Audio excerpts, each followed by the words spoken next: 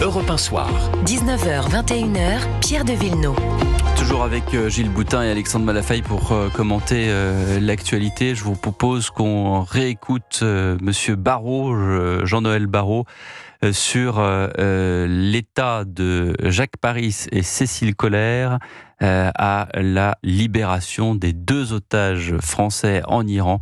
C'était tout à l'heure, il était l'invité du journal de France 2 et il parlait justement de leur état physique après 1277 jours de captivité.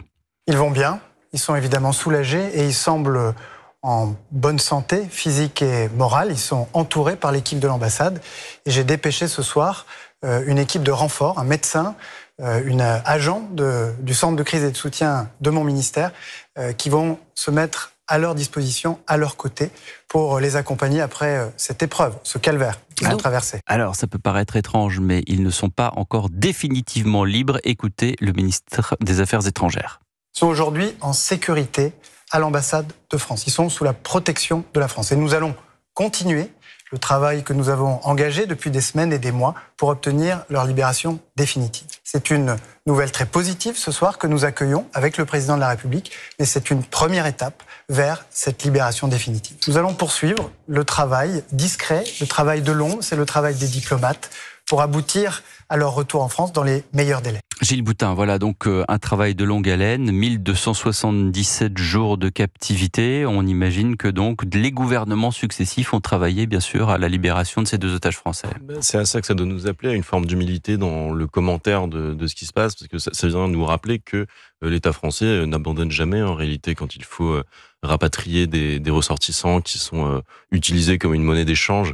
Et je peux mesurer à quel point c'est frustrant pour les familles. L'attente est insupportable et on les avait entendus par la voix de leur avocat dire mais que fait la France, que fait la France. Et c'est humainement, on peut tout à fait comprendre cette exaspération. Mais c'est assez rassurant de voir qu'un État démocratique comme le nôtre ne lâche rien.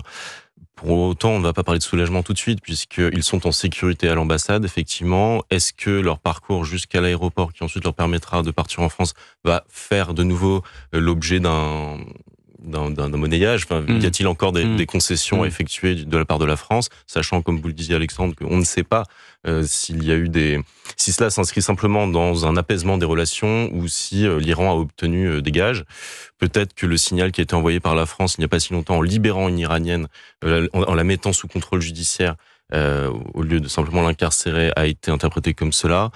C'est à voir, mais évidemment, il y a toute une part qu'on ne connaîtra sans doute jamais dans les négociations. Alexandre Malafaille, cette libération, elle intervient dans un moment où l'Iran est sans doute diminué par rapport à il y a quelques mois. On se souvient de l'attaque israélienne sur l'Iran qui avait déjà diminué, et j'allais dire étatiquement, le centre opérationnel dirigeant politique iranien. Le régime des mollahs est toujours là. On se souvient lors de ces frappes israéliennes avec l'aide des Américains qu'à un moment donné, Donald Trump qui laisse toujours échapper une phrase, il faut toujours la prendre avec beaucoup de pincettes, mais on se souvient qu'il avait dit le mollah en place, je vais l'éliminer, mais peut-être pas tout de suite, et donc on s'était tous dit c'est peut-être la fin du régime des mollahs, mais concrètement, quand même, aujourd'hui, peut-être que cette porte de sortie a été facilitée parce que Téhéran n'est plus Téhéran, en fait, d'une certaine manière.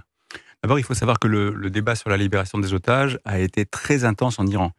C'était pas du tout une décision facile à prendre pour les autorités politiques, à supposer qu'elles aient été unanimes à un certain moment. C'était vraiment compliqué. Et puis, il y a quand même un rapport entre l'autorité politique en Iran et l'autorité judiciaire qui n'est pas aussi simple que ça.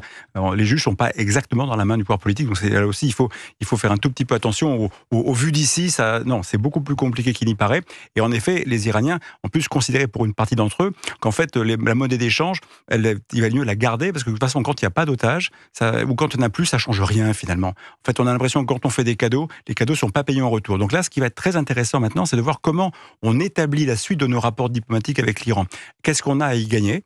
qu'est-ce que les Iraniens ont à offrir en retour, sachant qu'ils attendent sans doute quelque chose de notre part, qui est la libération de ce qu'ils appellent, eux, une otage. On a une ressortissante, alors elle est iranienne ou iranienne française, et elle est en prison depuis un certain temps, en préventif, parce qu'elle a colporté sur Internet un certain nombre de propos qui n'allaient pas du tout dans l'esprit de ce qu'on fait chez nous en termes de propagande, terroriste, etc. Et donc les Iraniens attendent aussi sa libération. Donc ça va être, à mon avis, un point suivi très près. C'est peut-être pour ça que pour l'instant, ils sont à l'ambassade en attendant qu'il y ait des avancées en France. Et après, on verra. Moi, je fais partie de ceux qui pensent qu'on aurait intérêt à travailler plus sérieusement les relations diplomatiques avec les pays avec qui on n'est pas du tout d'accord, que ce soit la Russie, l'Iran. Ces canaux-là doivent fonctionner. Là, ça s'est très bien passé parce que on a, au-delà des autorités politiques, on a la chance d'avoir au Quai d'Orsay un centre de crise qui, lui, passe à travers les aléas et avec des diplomates chevronnés, des gens qui ont l'expérience de ce type de situation, qui font le job en lien avec les services concernés. Ça, c'est formidable. Mais pour autant, voilà, on a un chemin de diplomatie à reconstruire au Moyen-Orient, et pas uniquement avec l'Iran, mais on a, objectivement, aujourd'hui, on a tout à reconstruire. Et l'Iran affirme que Cécile Collère et Jacques Paris sont placés en liberté conditionnelle. Voilà ce que dit le porte-parole de la diplomatie iranienne. Ce n'est pas un dénouement, mais en tout cas, cette étape heureuse ne soulève pas une interrogation qui restera éternelle. C'est-à-dire, existe-t-il un point de non-retour en matière d'échange d'otages, puisque concernant l'Algérie, en revanche, il y a deux j'allais vous le dire. que nous J'allais espérons... faire cette transition très malheureuse et très triste, qui fait que il y a encore, bien sûr, Boualem Sansal et Christophe Glaise qui sont aux mains des autorités algériennes.